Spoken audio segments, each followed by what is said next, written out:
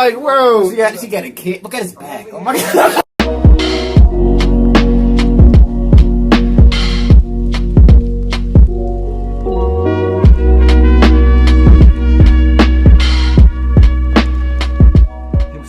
Back to another reaction. This is the Joe Rogan Experience. The amount of Roundup and plastic contamination in food. Yeah, man. I've seen something and I've been looking into it. The amount of plastic that we use in the places that it always ends up into the environment, and then we take from the environment to feed ourselves. Those little microplastics. Because yeah, think about it. Plastic is not natural at all. It's completely man-made, so nature has no way to actually break it down. So all it does is slowly over time break up into tiny little microscopic pieces, little plastic little microscopic pieces that is everywhere in the dirt, in the ocean, especially in the ocean, which I think is probably like a big part of it. With fish and all that, and they're eating these tiny little microscopic pieces of plastic thinking that it's food and stuff. And then we go back and we fish and we eat that fish. Now we're eating small little microplastics, you know? Just all the chemicals and stuff we're interacting with every day. I mean, after you take a shower, you get out the shower, you get put some Comet in the shower, you may use some bleach spray. All those chemicals, breathing them in all the time, every day, all the time. And it's just like, it's become so normal for us in the 21st century that we almost get, like, we're blind to the fact that we're just doing so much around us. It has a residual effect. It comes back.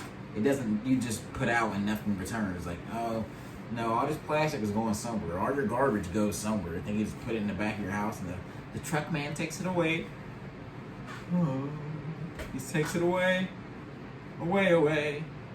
You know, it all comes back around. And I think this is a very important topic, so we want to see what Joe Rogan has to say. I've watched Joe Rogan a lot. It seems like a lot of you guys are not fans of him. I don't know why, because he likes to express his opinion freely.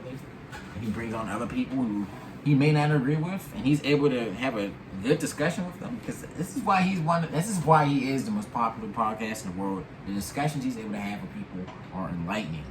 But yeah, man, let us know what other videos you like to see down in the comments. Hit that like button, subscribe, and share. It's road to 10K. We'll hop right in. The Joe Rogan Experience. Bread used to just be food.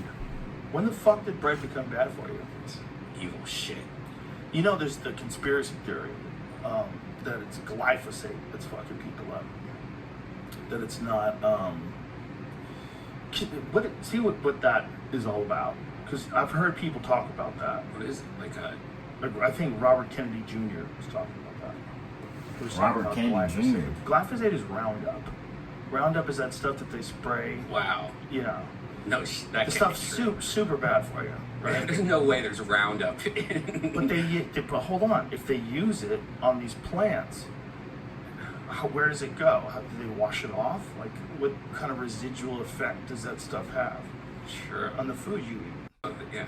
More than half the products More than half the products tested had detectable levels of glyphosate above 10 parts per billion.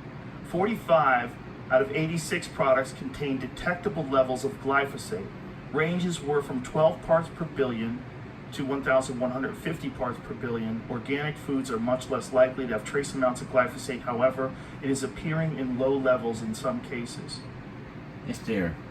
Just say it's there. It's there. Damn, they got you perfect. That was nice. The pop-up, the timed pop-ups. Yeah. So there's glyphosate in foods. It gets trace amounts of glyphosate. That's insane. Glyphosate in popular bread, oats, legumes, protein powders, and bars 2022. Holy shit. That's everything you have. Or you have the protein powers. Dude, all that stuff. Yeah. How wild is that? Because it's like, it's a really common chemical that's used, and it's really bad for you. If that's it, I don't know. I mean, is there a kind of organic wheat that you know is 100% glyphosate free? And if you ate that, would you feel different? I bet there is. This is why I am buying my land. And I'm not gonna lie, I feel like I'm already feeling the effects of like these kind of foods and stuff. Like I told you guys, I grew up next to a corner store that was selling boxes of donuts for $1. The fakest shit ever. I mean, the foods we had access to were not good. So as an adult, as now I'm able to look back and be like, some of these foods that I'm consuming are just not good for me, you know. So I'm trying to go on fast and stuff like that. I drink a lot more water. I pretty much drink nothing but water. I'm probably gonna go vegan for a little bit because a lot of the meats that we're eating right now, I mean, they're factory meats. They're pigs and cows coming out of factories or in these horrible conditions. They're beaten. They're fed. Or if you've seen the foods that they like the tablets that they use to feed like pigs and stuff, like they actually take like leftover garbage and food containers and stuff like that, and they throw everything in the grinder. I mean everything. The plastic, the metal, everything. They grind it up, and they feed it to the pig, and then they cut the pig up whenever it gets big enough at the farm or the factory, I guess, and then they send it off, and they cut it up. They cut the little pork chop up. They got the cancer. They got the cancer on it, that white fat pus ball, and they just pop it. They cut it off, and they still sell that meat to you. Then you go to the grocery store. You don't know what signs to look for, like the plastic that the meat containers in is puffy. You got to look at the plastic in the meat container. If you're watching this right now, you're going shopping. You're like looking at the meat aisle and stuff like that. If the plastic is not laying flat against the meat, it's like puffed up. That means the fume from the gases and the fumes in the meat has been released because it's like expired. It's just bad. So you gotta pay attention to things like that. I'm not surprised that this type of stuff is inside of our food. That's why almost 90% of the snacks and other type of delectables we sell in America are illegal in other countries. They're illegal because there's poison. It's literal poison. But because the United States government doesn't care, I mean, they know that we'll buy it because we're greedy and we've been eating it for our whole lives, and we're pretty much just addicted to this, the sugar, the flavor. It's going to give them the revenue and the money, you know? But like I said, this is why I got to get my own farm, have my own accesses to like my own chicken, my own crops, my own potatoes, my own peppers, my own everything. I'm gonna get lemon trees, I'm gonna get apple trees, I'm telling you, bro, I'm not buying nothing from the grocery store. Not a thing. The only thing I'll be going to go buy is toilet paper and, maybe some other extremities, but it's like, I'm trying to get to the point where I can just be 100% self-sufficient, reliable.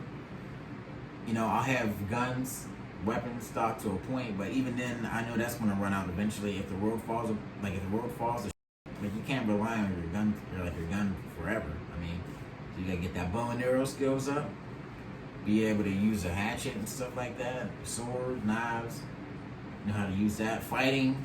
It's scary to think about all this stuff. I'll right back in. Okay. Or are these trace amounts of glyphosate that aren't really affecting you?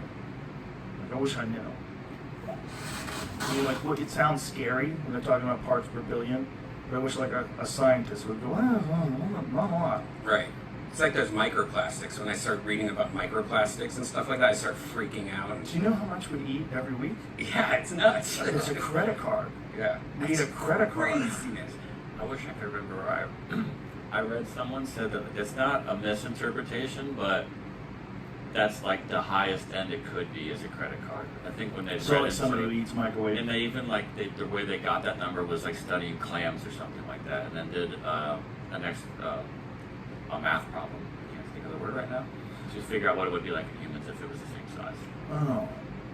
That's how they got. So there's a little fucker. There's a little. Oh, But that's I don't know, wee. like, there is some. So like A I don't wee want to say bit of it's not fuckery. unsure, but it seemed like there was a little bit of it. Okay. So I don't know. Well, is that an article from Australia? Well, an Australian analysis says that. So Interesting. Can you really trust this Australian analysis? Can't anymore. Yeah, I'm worried though. Well, I'm worried also because I had that Dr. Shanna Swan lady on the podcast who talked about what plastics and these chemicals like phthalates are doing to the reproductive systems of people.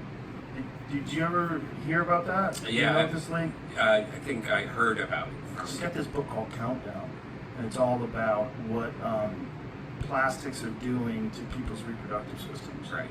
Yeah, my girlfriend is obsessed with all that shit, and she thinks that we're dying from it. Well, we're changing. We're changing. This is the problem is it's dropped men's sperm counts 50% lower than they were in like the 1950s. Women have more miscarriages, and men's taints are shrinking. That's a good thing. No. I want my asshole right next to my dick. It's trend. Masturbate, you just put your finger in there, all you know.